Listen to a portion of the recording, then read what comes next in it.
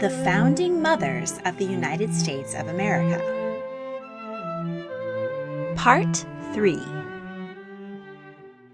We hear a great deal about the ingenious and venerated Founding Fathers who revolted against the British to win liberty for the American colonies and crafted a revolutionary new form of democratic government. But behind every great man is a great woman. Despite the many limitations placed on them, women of the day also rose up to support the cause of independence. While the founders were busying themselves with heady matters, women were running their businesses and households, raising their children, making things happen during dinner party politics, and writing words of encouragement and admonitions to remember the ladies.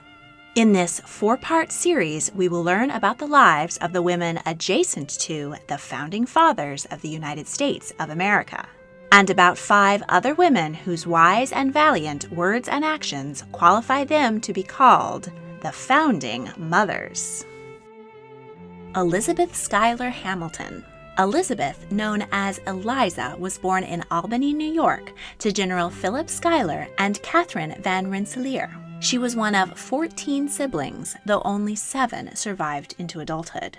The Schuyler family descended from the early Dutch settlers who colonized New York in the mid-1600s. They were one of the wealthiest and most politically influential families in colonial society. The Schuyler daughters, including Angelica and Margarita, known as Peggy, were educated at home by their mother. Eliza, in particular, was noted to be strong-willed and independent. As a young girl, she met Benjamin Franklin when he stayed briefly with the family. In 1778, a young aide-de-camp to General George Washington named Alexander Hamilton also stayed overnight and dined with the family. The Revolutionary War broke out when Eliza was in her late teens, and most of the eligible young men went off to fight. So in January 1780, 22-year-old Eliza went to stay with her Aunt Gertrude in Morristown, New Jersey, near where the army was camped for the winter, in the hopes that she might meet a suitable husband among the soldiers. There, Eliza became friends with Martha Washington, whom she called my ideal of a true woman, and remained close with for the rest of Martha's life. She also reconnected with Lieutenant Colonel Alexander Hamilton, and the pair hit it off. They exchanged dozens of romantic letters while Alexander was away on a prisoner exchange mission, and by the time the army went back on the march in the spring, Alexander had secured her father's blessing for their marriage.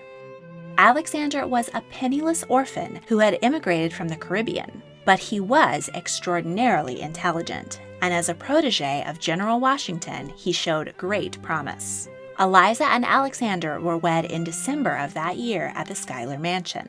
After a brief honeymoon, Alexander returned to the war, and Eliza spent the early years of her marriage following the army. She aided her husband in his political writings. Many of his letters were written in her handwriting. She returned to her parents' home in Albany when she discovered that she was pregnant with their first child, Philip. Following the American victory at the Battle of Yorktown, which effectively ended the Revolutionary War, Alexander returned to Eliza in Albany. They then moved to New York City, where Alexander practiced law, served in the Constitutional Convention, and, along with John Jay and James Madison, wrote the Federalist Papers, a collection of essays promoting the U.S. Constitution to the public. Eliza continued to assist Alexander with his writing and acted as an intermediary with his publishers. The Hamiltons had an active social life, attending important parties, balls, and the theater. In 1789, George Washington was elected the first president of the United States, and he asked his protege to serve as the first Treasury Secretary. This appointment increased Eliza's social profile and duties. She, Sarah Livingston Jay, wife of Chief Justice John Jay, and Lucy Knox, wife of Secretary of War Henry Knox, were considered the leaders of society in New York City, the U.S. capital at the time. In between high-stakes political parties, Eliza gave birth to 4 more children: Angelica, Alexander Jr., James, and John. She also took in Fanny and Till, the 2-year-old daughter of Hamilton's friend whose wife had died. Eliza raised the motherless girl as her own. She ran the household and managed the family's finances well. Alexander's friend James McHenry told him that Eliza had as much merit as your treasurer as you have as the treasurer of the United States. In 1797, Alexander resigned as Treasury Secretary and went back to practicing law in New York City. 17 years into their marriage, Alexander was involved in one of the first political sex scandals of the new nation, when accusations of an affair with a younger woman, Maria Reynolds, were leveled at him. At first, Eliza didn't want to believe that her husband had been unfaithful and called the politicians who accused him scoundrels. But then Alexander published the Reynolds pamphlet, which denied the charges that he had been involved in illegal financial speculation with Reynolds' husband, but admitted the affair. Confronted with Alexander's betrayal and heavily pregnant, Eliza left him with her children and moved to her parents' home. Over time, the couple reconciled and Eliza moved back in with Alexander. After the births of their 6th and 7th children, William and Eliza, their eldest son, 19-year-old Philip, was shot and killed in a duel defending his father's honor. His parents were with him when he died. Eliza, now 45, gave birth to her 8th and final child, named Philip in honor of his elder brother. Alexander had a home built for his large family in Upper Manhattan, but he only got to enjoy it for 2 years as, like his son, he was shot and killed in a duel over a question of honor. His slayer, Vice President Aaron Burr, accused Alexander of undermining his political career. Before he left for the duel, Alexander wrote a letter to his beloved wife stating, "I shall cherish the sweet hope of meeting you in a better world. Adieu, best of wives and best of women. Embrace all my darling children for me." He died shortly after the duel with Eliza and his 7 surviving children by his side. He was 47. Following Alexander's death, money was tight for Eliza. The estate Hamilton had spent most of their money to build had to be sold at public auction. However, Alexander's executors felt it was disgraceful for the widow of a founding father to publicly lose her home, so they purchased it and sold it back to her for half the price. She lived there for another 29 years and then downsized into a townhouse in the East Village. Eliza joined the Society for the Relief of Poor Widows with Small Children and founded the Orphan Asylum Society, the first private orphanage in New York City, where she oversaw the care and education of over 700 children. The society still exists today as a social service agency for children called Graham Windham. She was dedicated to preserving her husband's legacy, organized his thousands of letters and papers, and petitioned to have them added to the Library of Congress. In her later years, Eliza moved to Washington, D.C., where she continued her philanthropic work, including helping Dolley Madison raise funds for the Washington Monument. Eliza died in 1854 at age 97. She is buried near Alexander in the graveyard of Trinity Church in New York City. Sarah Livingston Jay. Sarah Livingston was the eldest daughter of 13, born to William Livingston and Susanna French. Her wealthy family was steeped in political heritage. Among her ancestors were mayors of Albany and New York City, a New York State treasurer, senator, and colonial governor. Her father would later sign the U.S. Constitution and be elected the first post-revolutionary governor of New Jersey. Sarah, known as Sally by friends and family, was a charming, funny, and beautiful young woman who left many heartsick suitors in her wake. At 18, she selected 29-year-old lawyer and politician John Jay as her husband, and the couple fell very much in love. She spent the first years of their marriage living at her parents' house while John represented New York at the Continental Congress in Philadelphia. But he returned home to visit his bride as often as he could. Throughout their time apart, she and John kept up a lively and humorous correspondence. When Sarah learned that John had been elected president of the Congress, she wrote to him, anxious to know how much longer she would have to live like a widow. Sarah was forced to go on the run with her infant son Peter as the British Army occupied New Jersey. In 1779, John was appointed the minister to Spain, and Sarah, tired of living without him, decided to accompany him on the dangerous journey. They left their 3-year-old son Peter at home to live with relatives. John and Sarah, who was pregnant at the time, suffered a treacherous and terrifying ocean crossing. They were hit by storms in the mid-Atlantic, and their ship's masts and rudder were destroyed. The captain sailed to the Caribbean island of Martinique to change ships. It took them a further 2 months to reach Spain, and as they approached Europe, a British warship began chasing them in an attempt to capture the colonial outlaw. They finally reached the Spanish port of Cadiz, but had to endure another arduous journey by land until they reached the capital of Madrid. There, Sarah gave birth to a daughter, Susan, who died shortly after birth. The Jays spent 3 years in Madrid, where they welcomed another daughter, Maria. Sarah played a social and diplomatic role vital to her husband's. She even received official visitors in her bedroom when she was too ill with morning sickness to rise. But the United States was not officially recognized by the Spanish government, and John had a difficult time achieving his goals there. When Benjamin Franklin summoned the couple to Paris, they were eager to go and lend their considerable skills to aid in the negotiations with the British in order to end the Revolutionary War. Sarah continued to be a social magnet, attending salons and Monday night dinners hosted by the Marquis de Lafayette and his wife, Adrienne, and became friends with Angelica Schuyler Church, sister of Eliza Hamilton. Sarah became a star of Parisian society, furthering Franklin's strategy to tighten bonds between the French and Americans. She was so popular that when entering the theater, the audience rose to pay homage to the American beauty. And she was often mistaken for Queen Marie Antoinette. But Sarah was far more than a pretty face at parties. She had real political opinions and skills, though they were confined to the domestic and social realms women themselves were restrained to at the time. In 1783, the Americans achieved their goal and signed the Treaty of Paris, ending the Revolutionary War and becoming an independent nation. Here we see the American signers of the treaty, John Jay first on the left. But the British delegation refused to pose, and the painting was never completed. Sarah planned a lavish event for the Americans to celebrate the signing, but was unable to attend her own party as she had just given birth to her 4th child, Anne. Upon the couple's victorious return to New York, they were reunited with their 8-year-old son, Peter, whom they had not seen in 5 years. Along with Alexander Hamilton and James Madison, John wrote the Federalist Papers to promote the ratification of the United States Constitution. John was appointed the first Chief Justice of the United States, and Sarah continued to be the ringmaster of the unofficial world of American politics, the dinner party. While the U.S. Capitol was in New York City, Sarah, Eliza Hamilton, and Lucy Knox were considered the leaders of society, but Sarah was the acknowledged leader of that trio.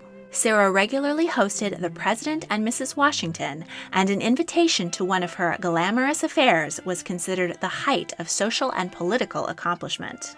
Among John and Sarah's many shared political goals was the abolition of slavery. Sarah gave birth to her 5th and 6th children, William and Sarah Louise, during these years.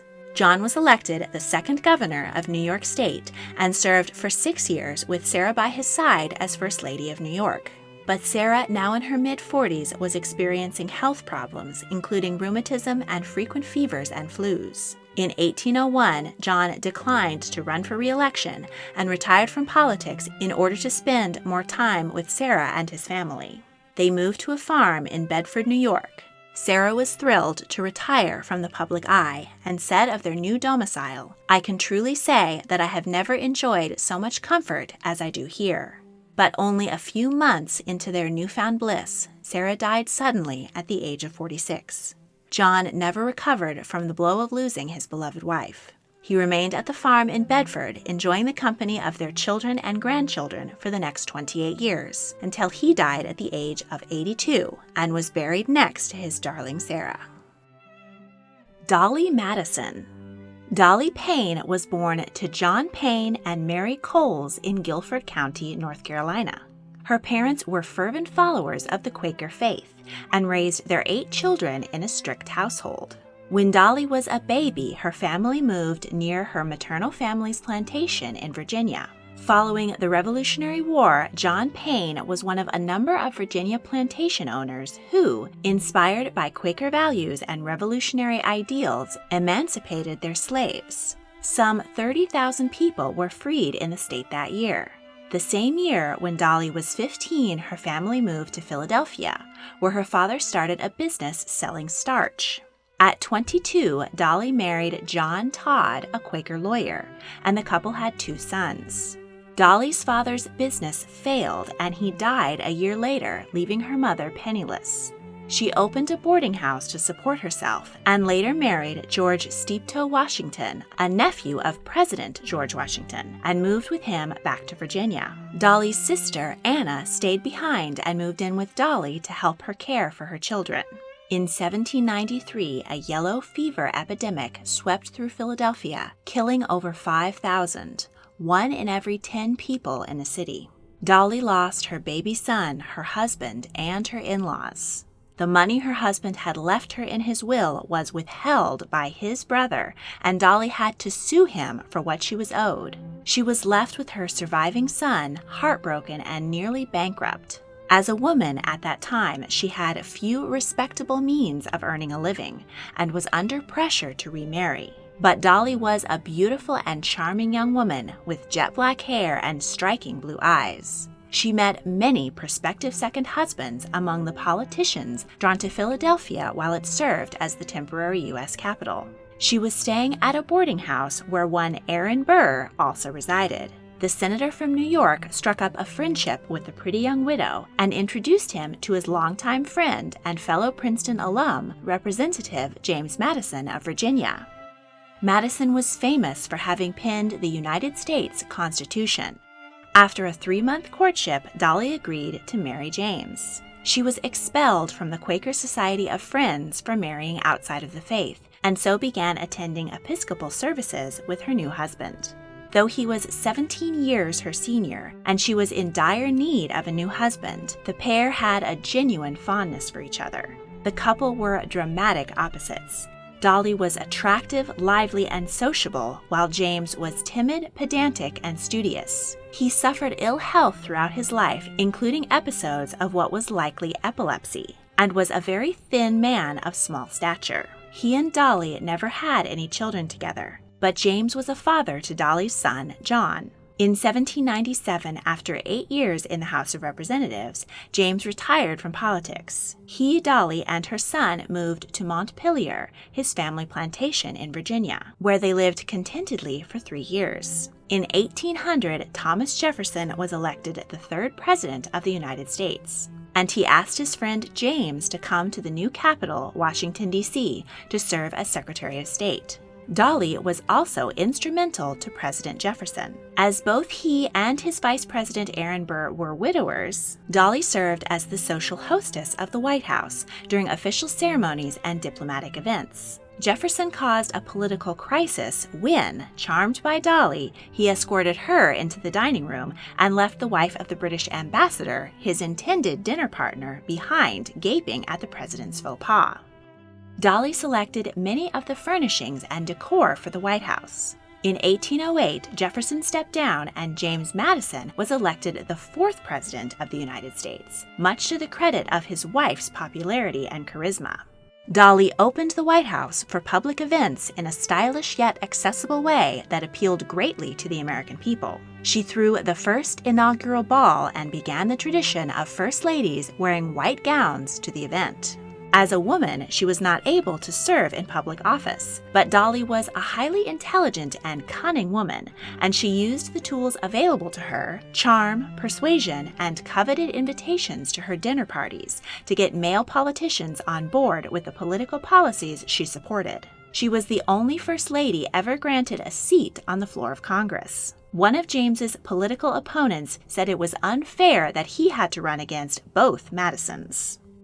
James won re-election in 1812, the same year the U.S. and Britain went back to war over trade and territory. The British Army attacked Washington, and Dolley was forced to flee the White House before it was set on fire. With the British closing in, Dolley stayed until the last possible minute to save important historic documents and the portrait of George Washington, which hangs in the White House to this day. This act of heroism made her a national hero. The war left many children fatherless, so Dolley recruited other prominent women in D.C. and set up the Female Orphan Asylum to house and educate orphaned girls. In 1817, after 17 years at the center of Washington's social life, Dolley and James returned to the Montpelier plantation. Their son John moved to Philadelphia where, rather than find a career, he racked up gambling debts and landed himself in debtor's prison. The Madisons were forced to mortgage half of their plantation to pay off his debts. James died in 1836 at the age of 85.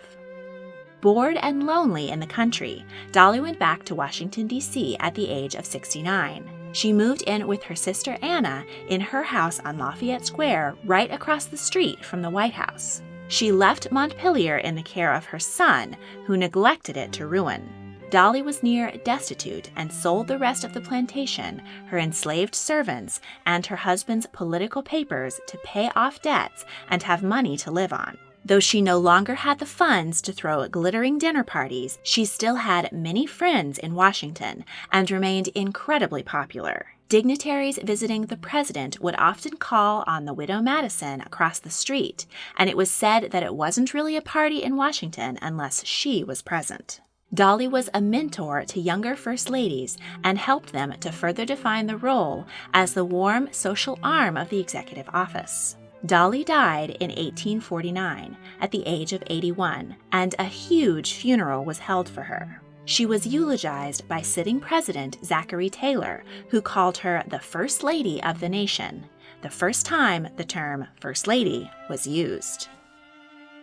In the next episode, we'll meet 5 women who, through influence, writing, sewing, and fighting, helped to win freedom for the American colonies and build a new nation. Mercy Otis Warren was at the center of revolutionary politics. Esther DeBerdt Reed inspired women across the colonies to support the troops. Phillis Wheatley wrote poems about her experience as an enslaved African. Angelica Schuyler Church encouraged and assisted her brother-in-law Alexander Hamilton and other founders. And Deborah Sampson dressed as a man and literally joined the fight. A special thank you goes to my patron, Heath Petraka. Don't want to wait to see the rest of this series? Patrons get exclusive early access to all 4 parts now. In fact, I release almost all of my multi-part series on Patreon early. If you would like to become a patron and help me make more fascinating history videos, check out the link in the description. Thank you for watching.